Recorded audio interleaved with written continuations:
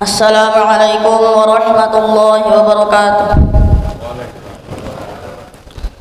Innal hamdalillah nahmaduhu wa nasta'inuhu wa nastaghfiruh wa na'udzu billahi min shururi anfusina wa min sayyiati a'malina.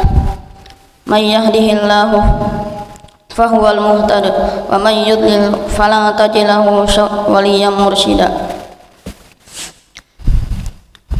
Asyhadu an la ilaha illallah wa asyhadu anna Muhammadar Rasulullah.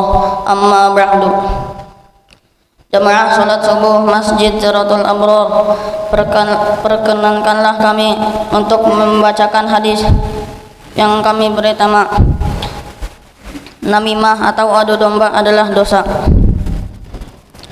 An Abdillah bin Mas'udin qala Inna Muhammadan sallallahu alaihi wasallam qala ala unabbiukum mal adhu hiya namimatul qalatu bainan nas, yang artinya dari Abdullah bin Mas'ud radhiyallahu anhu bahwasanna Nabi Muhammad sallallahu alaihi wasallam berkata, maukah kuberitahuan kepada kalian apa itu al-adhu? Itulah namimah, perbuatan menyebarkan berita untuk merusak hubungan di antara sesama manusia.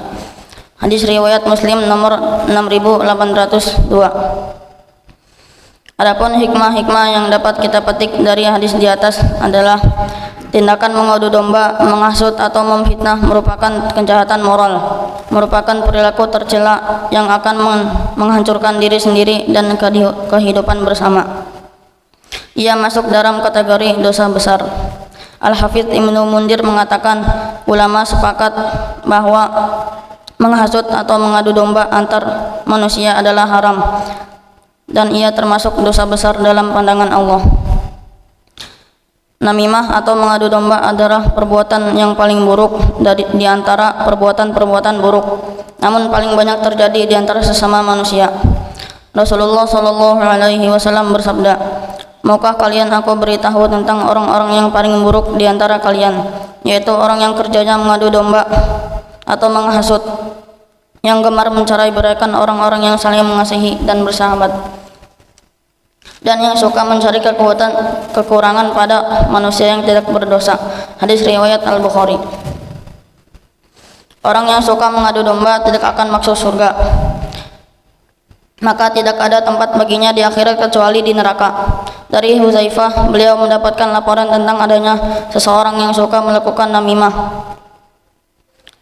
Maka beliau mengatakan bahwa beliau mendengar Rasulullah sallallahu alaihi wasallam bersabda, pelaku adu domba tidak akan masuk surga. Hadis riwayat Muslim nomor 303. Bahkan ketika di liang kubur, orang yang suka menghasut dan adu domba akan mendapatkan siksa kubur. Dari Ibnu Abbas, ketika Rasulullah sallallahu alaihi wasallam melewati sebuah kebun di Madinah atau Mekah, beliau mendengar suara dua orang yang sedang disiksa dalam kuburnya. Nabi bersabda, keduanya sedang disiksa dan tidaklah keduanya disiksa karena masalah yang sulit untuk ditinggalkan.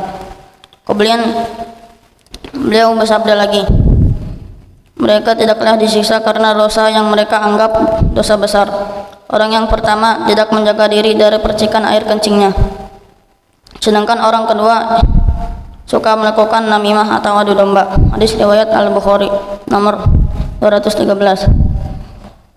Allah Subhanahu wa taala berfirman, dan barang siapa yang berbuat kesalahan atau dosa kemudian dia tuduhkan kepada orang yang tidak bersalah, maka sungguh dia telah memikul suatu kebohongan dan dosa yang nyata. Quran surat An-Nisa ayat 112. Dan Allah Subhanahu wa taala berfirman, dan janganlah engkau patuhi setiap orang yang suka bersumpah dan suka menghina, suka mencela, yang kian kemari menyebarkan fitnah. Quran surat Al-Qalam ayat 10 dan 11. Dan di ayat lainnya Allah Subhanahu wa taala berfirman, dan orang yang menyakiti orang-orang mukmin laki-laki dan perempuan tanpa ada kesalahan yang mereka perbuat, maka sungguh mereka telah memikul kebohongan dan dosa yang nyata.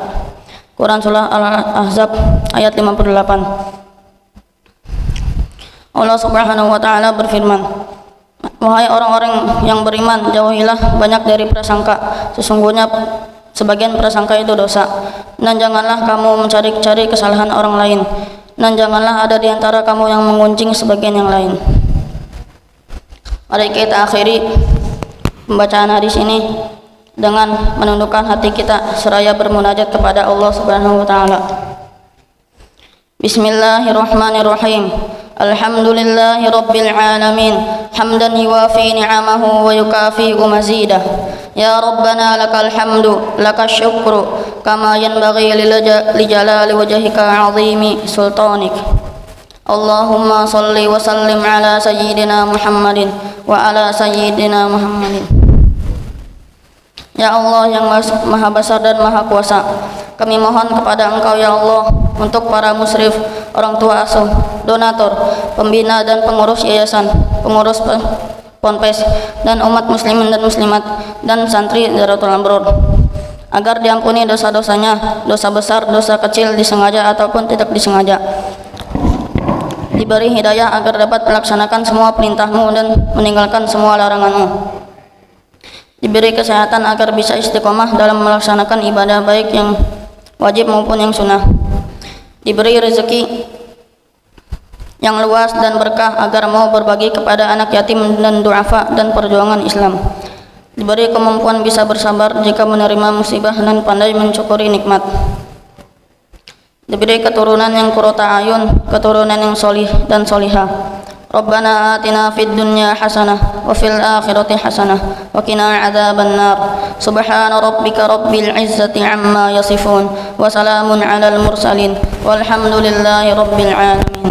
Sekian dari saya. Assalamualaikum warahmatullahi wabarakatuh.